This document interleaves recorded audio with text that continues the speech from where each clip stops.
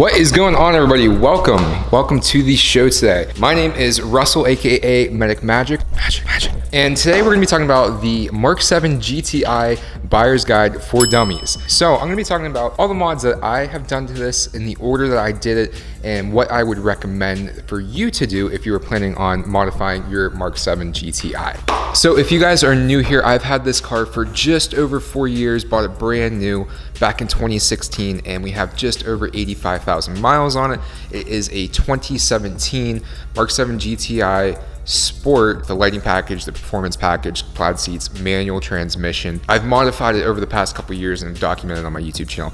But we're gonna sum everything up today, and I'm gonna talk about what I did, what I would recommend, kind of what I think about mods, and like I said, what I think you should do first off the bat. So if you guys know me, you know that I love my downpipe. I love the sound that you get from the downpipe. I love the tune that I have. I love everything that comes with the power band. That would be one of the first things I would recommend to do, would be get yourself a downpipe.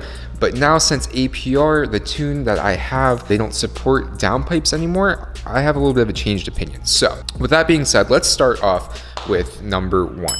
So the biggest thing with these cars is they have very tunable engines.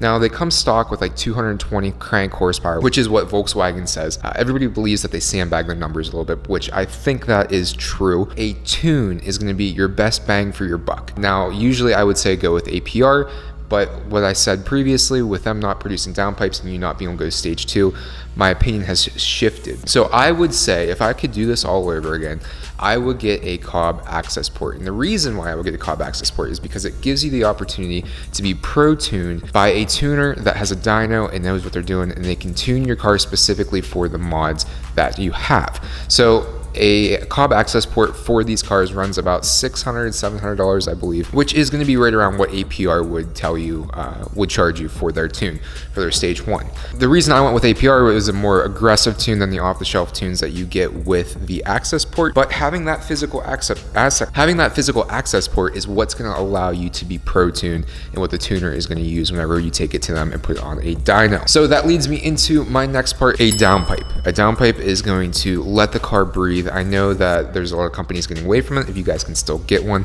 even if you can get your hands on an Apr downpipe, maybe they're going to be a lot cheaper now. You're not going to be able to get tuned by Apr, but you could do the Cobb access port with the Apr downpipe. It's just a piece of steel. It's not anything specific to Apr that it's like it can't be tuned via Cobb.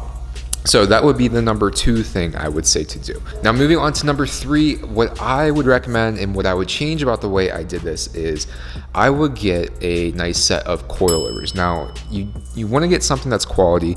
You're gonna be looking at probably about around $1,000. I got a set of Eibach Sportline lowering springs, which lowered the car. It was close to about 2 inches the entire way around. And you guys can see how it sits right now. It's sitting very nice. I want to get a set of coilovers for this, but if you guys are gonna make the decision, if you can afford it, go for a set of coilovers. It's going to give you full adjustability where you want the car to sit. You can tweak it with different wheels and tire setups that you have. If you want to be the low life one year and then you want to be a track setup next year, you'll be fine. If you guys want to save a little bit of money and you don't need the adjustability, you can always get the Eibach Sportline lowering springs, which Eibach is a great company. They make good products. The stock struts are just not meant for it. What you can do is get a set of upgraded struts, like Coney Yellow, I think they're called. Any type of upgraded struts for your car that's meant to handle lowering springs is going to do you way better. The 4th thing I would recommend doing is getting a set of aftermarket wheels. Now, the reason I say this isn't for aesthetics. I mean, aesthetics are a big reason why people get aftermarket wheels. They want to change the car up, they want to personalize it, make it feel like their own,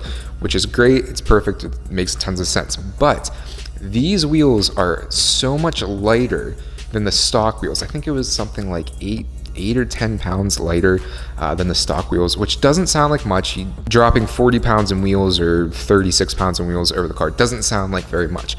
But when you understand sprung weight versus unsprung weight, I talked about this in a previous video. Unsprung weight, which means weight that is not supported by the springs, when you drop that weight, it's like some exponential number, like it's 4 times greater or 10 times greater than dropping sprung weight. When I put these wheels on, the car felt so much quicker off the line, from a dig, from a stop sign, from a stoplight. The throttle felt more responsive. You just go quicker. It's the only way I can really describe it. And if I could do this all over again, I would definitely get a new set of wheels and get a light set of wheels. And if you guys are getting like 2-piece like show wheels, they're probably gonna be heavier. I was looking at some heavier wheels because I liked the look of them, but man, I'm really glad that I got these. So the next thing I want to say is, when you do get your wheels, get yourself a good set of summer tires, sport tires, track tires. But a good set of tires with these front wheel drives makes a very big difference. Front wheel drive, the biggest problem is grip, and getting the grip to the ground and the power to the ground to be able to go, and not having wheel hop and wheel spin and all that kind of stuff. So get yourself a good set of tires. So the next thing, I think 6, 7, I'm not going to recommend getting a intake. Intakes for these cars are very expensive. I bought the Apr Intake, the carbon fiber one. I regret that. That's probably the biggest modification that I regret on this car, is getting that, because it was like $400 or $350. I think I might have gotten it on sale for, but it didn't do anything. It didn't, maybe a little bit more turbo sounds, anything like that. You're mostly paying for the carbon fiber and the Apr name. I've watched videos where people test airflow, the stock intake versus like an Apr intake, and the stock intake did better. What I would recommend, doing a drop-in performance air filter like a K&N. I've seen good gains from that, and that's what I would probably do.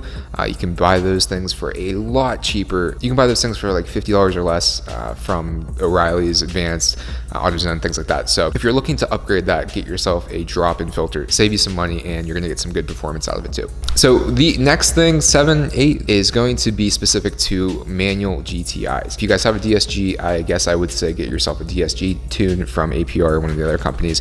I don't have any experience with that, but if you have a manual GTI, get yourself the Super Pin from Diesel Geeks. I did a full video on it. You guys can watch it up here.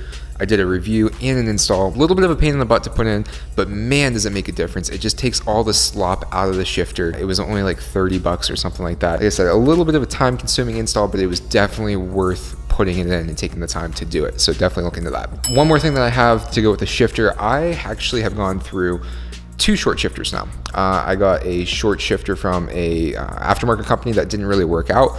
The threads kind of shredded off of them, stripped out, if you want to say that, and I was getting a lot of slop in the shifter. I actually went to the Audi short shifter that is Audi branded, fit in there really well, and it shortens up your throws front to back. It doesn't do anything side to side, but I think it was like $100 from shopdap.com, and if you guys get that, you're really gonna like it, and it's good OEM quality that's gonna last. Now, the last thing that I can say that I would do, again, definitely, is all the Aerofab little goodies that I have. The front lip and the rear spoiler extension. It's cosmetic. It doesn't really do anything for me specifically, downforce wise. I don't think it really does anything.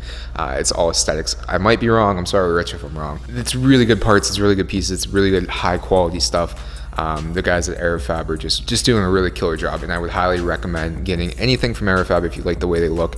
I'm really excited because they're going to be coming out with the side skirts soon, and I think I'm going to get a set of those, and I'm really excited. Drop a comment. Let me know what you think about this list. Am I right? Am I wrong? What have you done to your GTI? What do you plan on doing to your GTI? And as always, if you liked it, give it a thumbs up, hit that subscribe button, and click the bell so you guys know when I make new videos. And we'll see you in the next one real soon. Thanks for watching. Peace.